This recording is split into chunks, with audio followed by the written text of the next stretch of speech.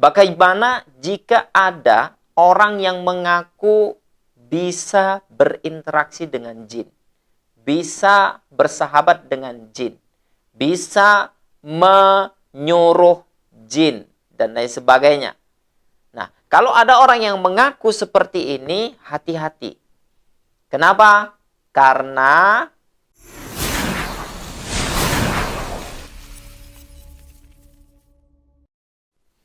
Bismillahirrahmanirrahim. Assalamualaikum warahmatullahi wabarakatuh.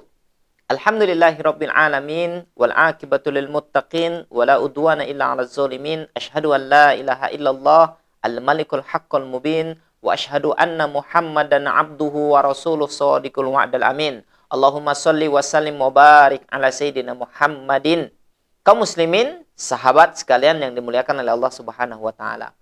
Pada kesempatan yang berbahagia ini saya akan menjawab sebuah pertanyaan lagi tentang pertanyaannya seperti ini. Bagaimana jika ada orang yang mengaku bisa berinteraksi dengan jin, bisa bersahabat dengan jin, bisa menyuruh jin, dan lain sebagainya. Nah, kalau ada orang yang mengaku seperti ini, hati-hati. Kenapa? Karena Imam Syafi'i mengatakan siapa yang mengaku-ngaku bisa melihat sesuatu yang gaib, maka persaksiannya ditolak dan dia dihukumi sebagai pendusta. Kenapa dia pendusta? Karena menurut Allah Subhanahu wa taala dalam Al-Qur'an, yaitu di dalam surat Al-Jin, Allah Subhanahu wa taala mengatakan bahwa syaitan itu bisa melihat kita dari tempat yang kita nggak bisa melihat mereka. Artinya tidak ada manusia yang mampu melihat wujud syaitan. Tapi kalau ada orang yang mengaku dia bisa melihat jin, bisa berinteraksi dengan jin, bahkan bisa memerintahkan jin, itu menunjukkan dia adalah pendusta. Dan persaksiannya tidak bisa diterima dan tertolak. Karena dalam Islam jelas Rasulullah Shallallahu Alaihi Wasallam juga tidak menunjukkan, tidak pernah memberikan contoh bahwa Rasulullah Shallallahu Alaihi Wasallam pernah bersahabat dengan jin, melihat jin, tidak.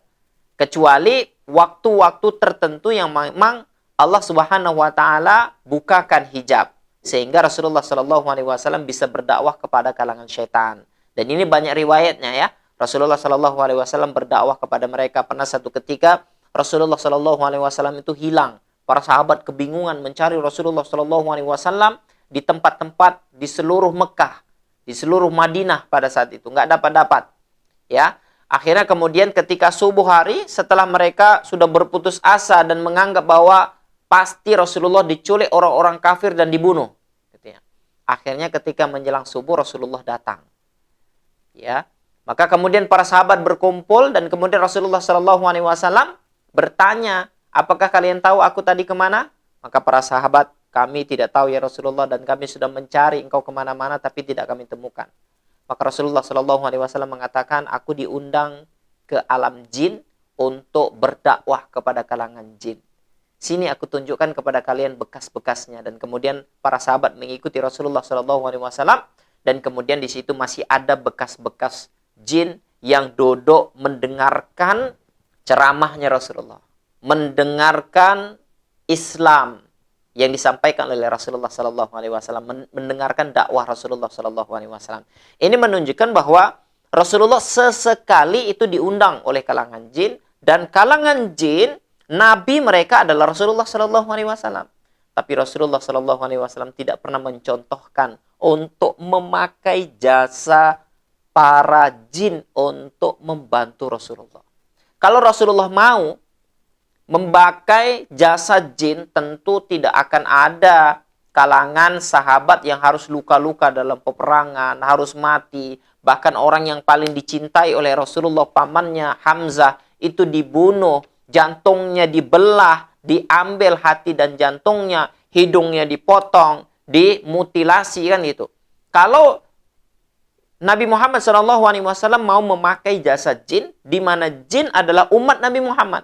jin nabi mereka adalah Nabi Muhammad SAW.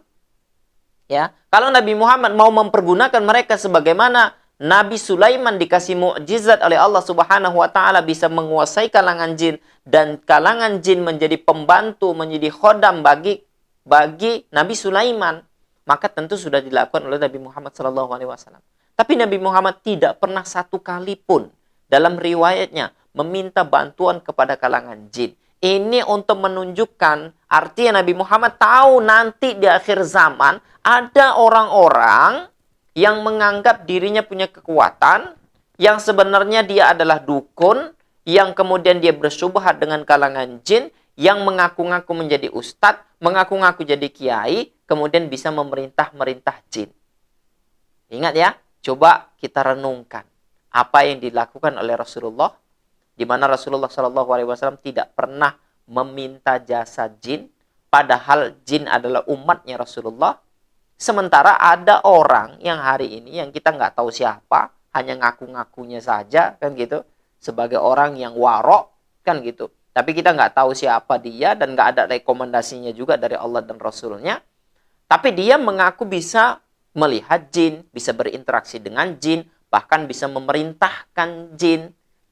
Subhanallah, dia dihukumi sebagai pendusta. Hati-hati, dan kita diperintahkan untuk tidak bergaul dengan orang ini karena sangat membahayakan bagi akidah kita, di mana akidah kita jin adalah makhluk gaib yang tidak bisa terlihat, kita tidak bisa berinteraksi dengan mereka, tapi justru orang-orang seperti ini mengajarkan bahwa jin adalah makhluk yang kita bisa berinteraksi. Subhanallah. Mudah-mudahan bermanfaat. Jika ada pertanyaan seputar gangguan jin, sihir, dan ain, silakan tulis di komentar. Assalamualaikum warahmatullahi wabarakatuh.